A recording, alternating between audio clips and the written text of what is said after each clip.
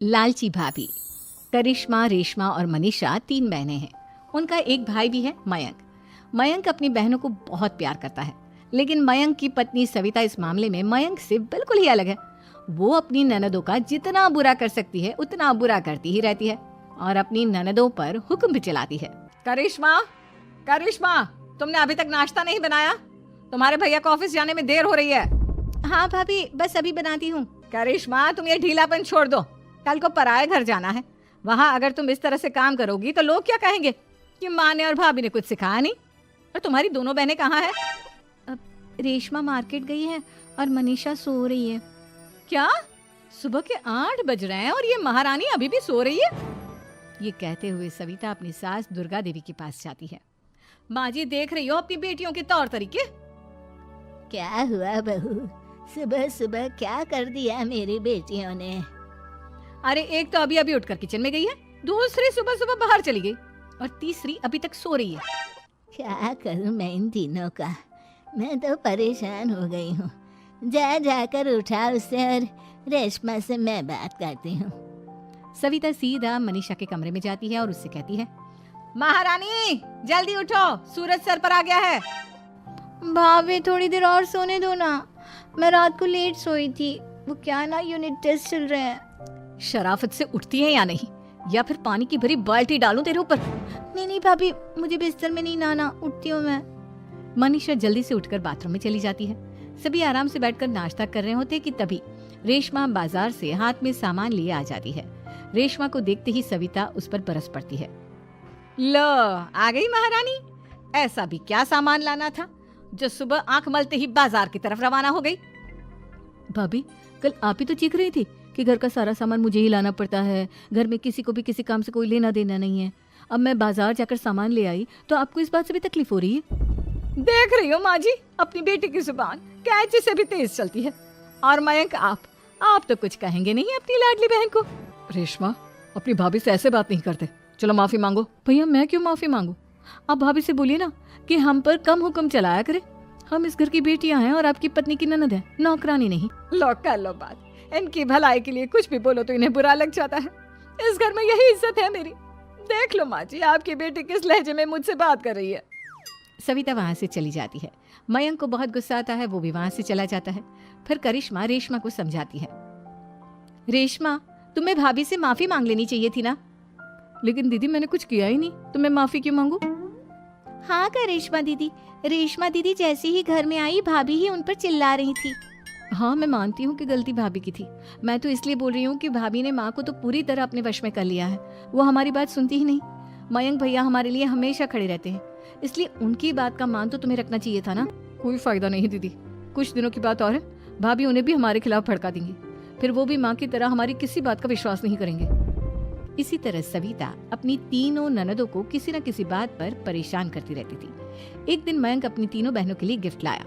करिश्मा, ये तुम्हारे लिए हार का सेट। रेशमा, तुम्हारे लिए सुंदर सी ड्रेस। और मनीषा, तुम्हें किताबें पसंद है ना, तुम्हारे लिए किताबें लाया हूँ। थैंक यू भैया। थैंक यू भैया। थैंक यू भैया। करिश्मा, तुम्हारा नेकलेस कितना सुंदर है, ये भैया कहाँ से ले आए होंगे?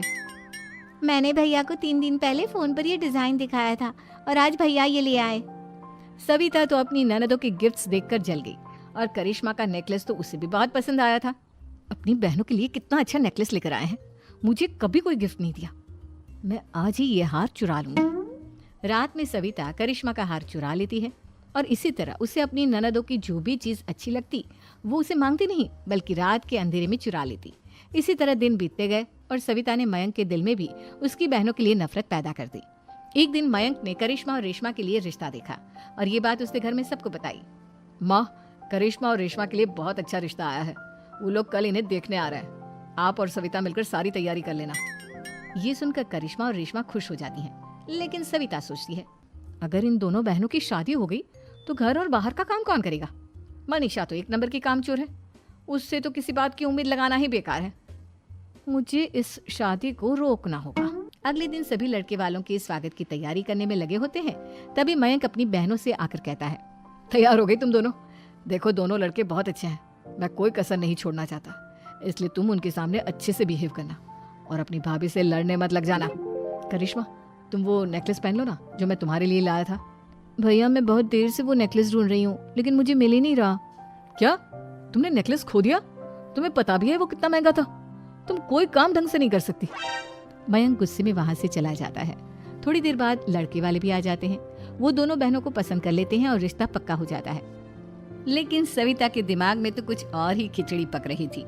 वो पंडित जी के पास करिश्मा की कुंडली लेकर जाती है और उन्हें पैसे देकर करिश्मा की कुंडली बदलवा देती है। जब लड़के वालों के पास करिश्मा की कुंडली जाती है तो वो दुर्गा को फोन करते हैं। बहन जी, हमने करिश्मा की कुंडली अपने पंडित जी को दिखाई थी। आपकी बेटी की कुंडली नहीं बल्कि दोषों का पिटारा है। देखिए, मैं और मेरे पति इन सब बातों में बहुत विश्वास करते हैं, इसलिए हम आपकी बेटी से अपने बेटे की शादी नहीं करा सकते। इस तरह करिश्मा का रिश्ता टूट जाता है और सभी घर वालों को बहुत दुख होता है। अब कविता सोचती है, चलो करिश्मा का तो रिश्ता टूट गया, अब रेशमा का भी रिश्ता तोड़ना है। क्या करूं क्या करूं? अब सविता आवाज बदलकर किसी अननोन नंबर से रेशमा के होने वाले ससुराल में फोन करती है। हेलो, मैं कौन हूँ कौन नहीं ये आपके लिए जानना जरूरी नहीं।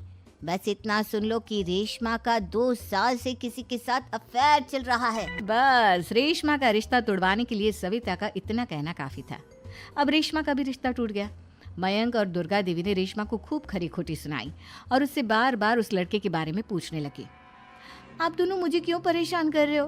अरे कोई लड़का होगा मेरी लाइफ में तो मैं बताऊंगी ना। जब कोई है ही नहीं तो कहाँ से लाऊं मैं कोई लड़का? तो तेरे होने वाले ससुराल वालों को फोन किसने किया था? माँ मैं नहीं जानती किसने फोन किया था, मैं सच कह रही हूँ। मैं तो पहले ही कह रही थी इसकी लगाम खींच कर रखो, लेकिन मेरी सुनता ही कौन है। आप चुप रहिए भाभी, ये सब आपका ही किया धरा है।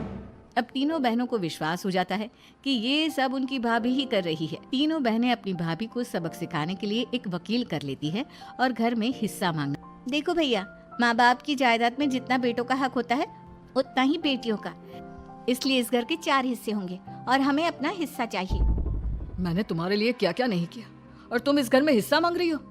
भैया, आप और माँ हम बहनों की कोई बात नहीं सुनते हो और भाभी हमारी शादी नहीं होने देगी क्योंकि उन्हें लगता है कि आप हमारी शादी में ज्यादा पैसा लगाओगे और उन्हें हम जैसी फ्री की नौकरानी कहाँ मिलेगी। तो हम भाभी के साथ तो रह नहीं सकते, हम बहनों को अपना हिस्सा चाहिए। अरे तुम्हें शर्म आनी चाहिए अपनी भाभी पर ऐसा इल्जाम लगाते हुए।